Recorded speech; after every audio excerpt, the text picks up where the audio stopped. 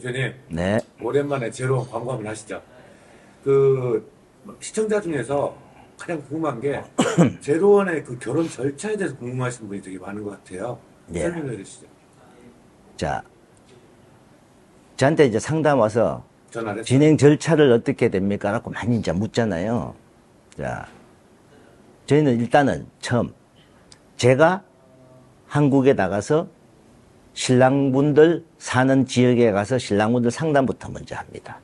직접 가시는 거죠? 예, 제가 직접 나가서 그러면 약 일주일 정도 잡아서 전국 투어를 합니다. 그러면은 제가 신랑분 계신 지역, 그러면은 그 신랑분들이 사는 지역이 어떻다. 뭐 아파트 살만, 아파트 신축 요즘 잘 지었네. 도시에 깨끗하네. 또 시골이라고 생각했는데 시골도 보면 요즘 정비 잘 되고 막 그런데 아파트에 사시는 분도 있어요. 그리고 신랑분들이 뭐 장사를 한다 뭘 하면 사업장 근처도 보면 사업장도 괜찮고 제가 제 눈을 직접 보고 나중에 신부들한테 제가 직접 나는 본인 지금 이 신랑분의 모든 걸 내가 눈으로 가서 확인하고 여러분한테 설명해 준다. 이렇게. 그러면서 그 다음에 이 신랑분의 댐댐이 스펙이 어느 정도 되고 제가 파악을 하는 거죠. 그렇게 해서 신랑분들 상담을 하고 그리고 신랑분들이 필요해서 계약을 하고 이제 진행을 시작하는데 어떤 분들은 계약해놓고 몇 달 있다가 진행하시는 분도 있고 또 계약해놓고 진행 안 하시는 분들도 있고 다양합니다. 거기는 이제 그러고 나서 이제 신랑분이 이제 출국 날짜를 정하는데 저희는 행사 기간이 무조건 7박 8일. 1열부터 다음 1열까지. 회사에서 정해진 날짜에서 진행을 합니다. 그 날짜 뭐가 어떻게 해요?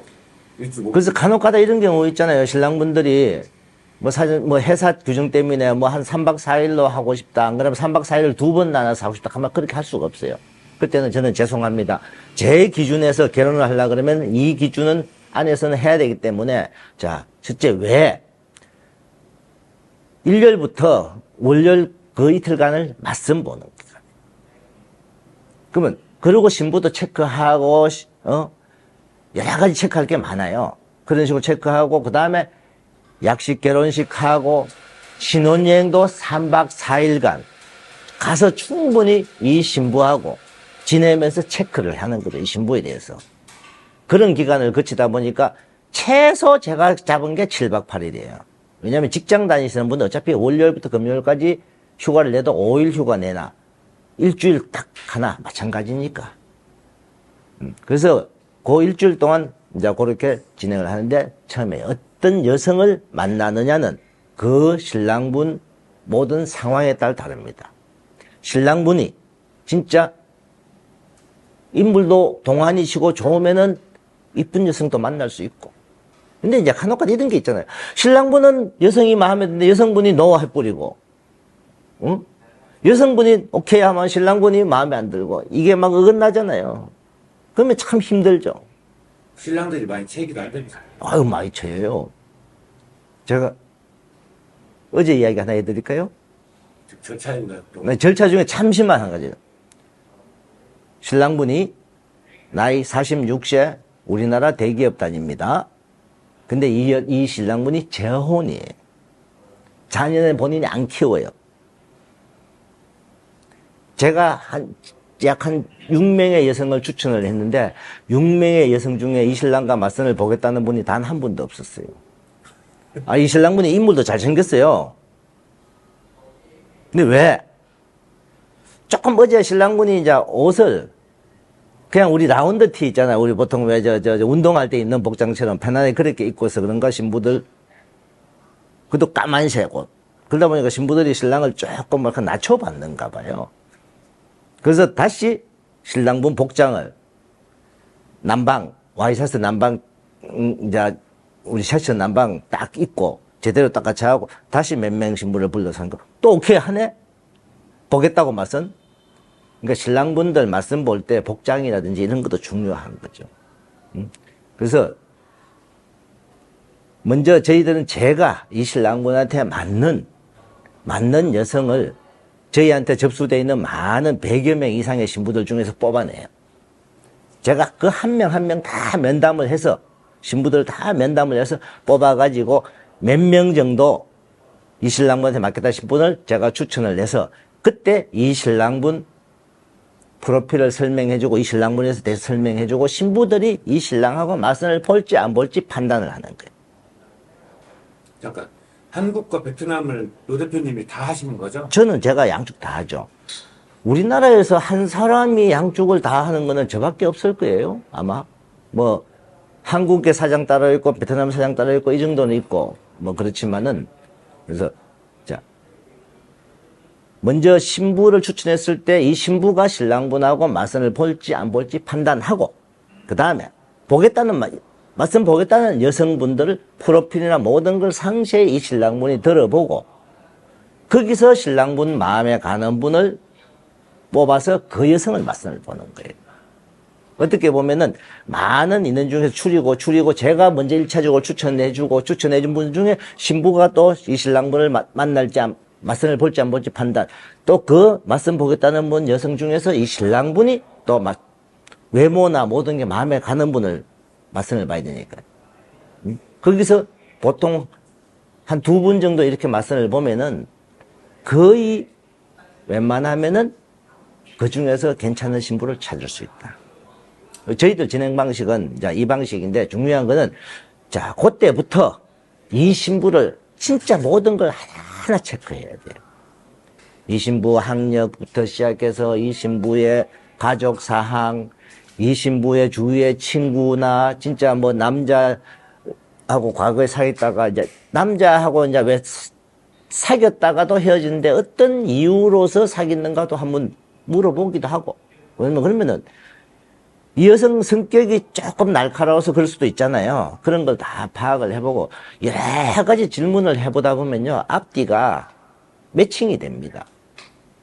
그래서 신랑분들이 저한테 이제 가끔 하는 말이 이것저것 많이 체크하니까 까다롭게 하시니까 좋기는 좋네요 소리를 해요. 저는 참 힘들죠.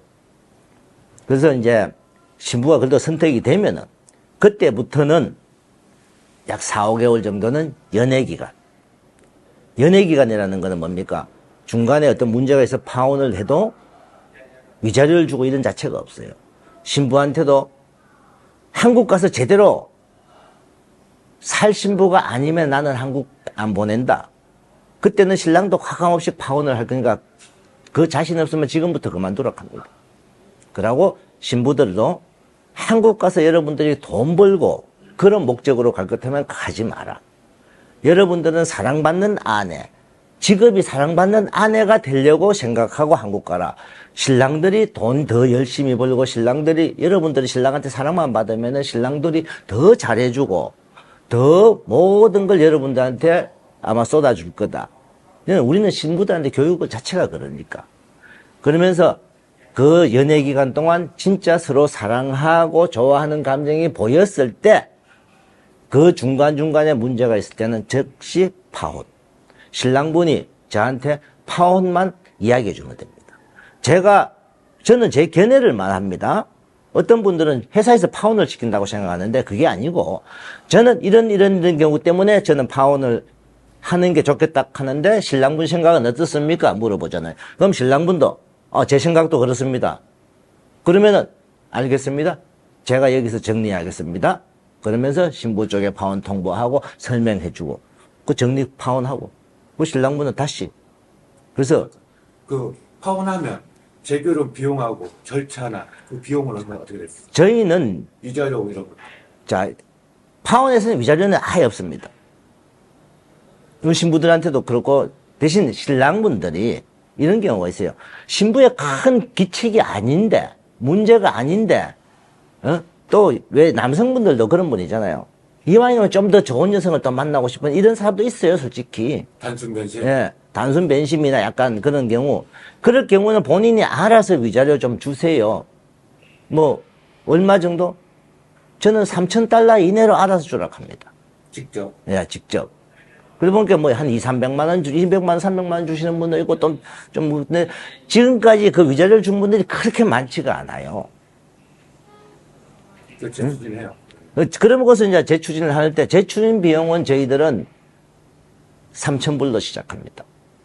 3,000불에 신랑 들어오는 항공비 1회까지 포함해서 그러고 나서 이제 그 이후에 현지에서 직접 쓰이는 예를 들어서 뭐 신부 그 새로운 신부를 만났을 때 새로운 신부 학교 등록금 기숙사비 등 그러고 신랑들 용돈 그러고나 전통 원래를 하기 전 같으면은 새로 전통 원래 안 들어가겠지만 만약에 전통 원래를 한 상태에서 파원이 됐다 그러면 다시 전통 원래비가 들어가겠죠.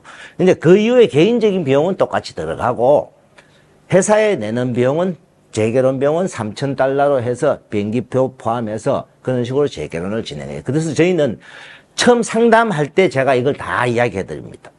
상담했을 때 재결혼은 이렇게 합니다. 그렇게 알고 본인이 생각할 때 저희 회사에 하고 싶으면 계약을 하고 진행을 해요.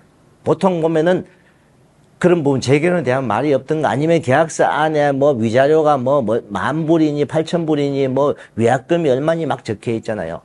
최근에 저한테 상담 오신 분도 그런 분이 많아요. 신부 측에서 전통원래비를 1,000만 원을 요구한 거예요. 그래서 자기는 신랑은 못하겠다 막 하다가 결국은 파혼 쪽으로 이야기가 나왔는데 파혼 하려고 하니까 위자료 달라고 하고 회사에서 위약금 달라고 한대요. 어떻게? 그거 왜 줘요? 안 줘도 된다 했죠, 저는. 결국은 이분 안 주고 정리가 됐을 거야. 이번에 제가 들어가면 한국에서 저하고 상담을 하자고 연락 왔으니까.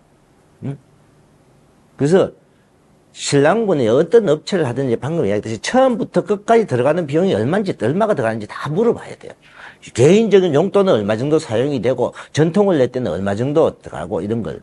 그래서 저희 회사 같은 경우는 결혼 비용, 그리고 현지 기숙사비, 뭐 학당 등록금 했을 때 얼마, 신랑 개인 용돈 얼마 가져오고 전통을 내비는 얼마, 전통을 낼 때 또 신랑분이 와서 쓰는 비용은 얼마. 그래서 토탈 예산을 얼마 정도 잡으라고 다 이야기합니다. 하고 그거 외에는 신부한테 한 달에 개인적으로 준 용돈 또는 신랑이 신부 보고 싶어서 놀러 왔을 때 요 경비 외에는 똑같이 들어갑니다. 그래서 그런 부분은 반드시 신랑 부분이 참조하시고 저희 회사는 모든 비용까지 다 그렇게 설명을 해드립니다. 그래서 예산은 얼마 잡아라고. 근데 그거 더 이상 외에 여기 적힌 거 외에는 일체 추가 비용이 없습니다. 저는 계약서에도 그렇게 명시되어 있습니다. 그래서 우리는 또 계약서도 회사 자체 계약서를 따로 쓰고 뭐 거기에 위약금이 얼마니 이런 거 아예 안 씁니다.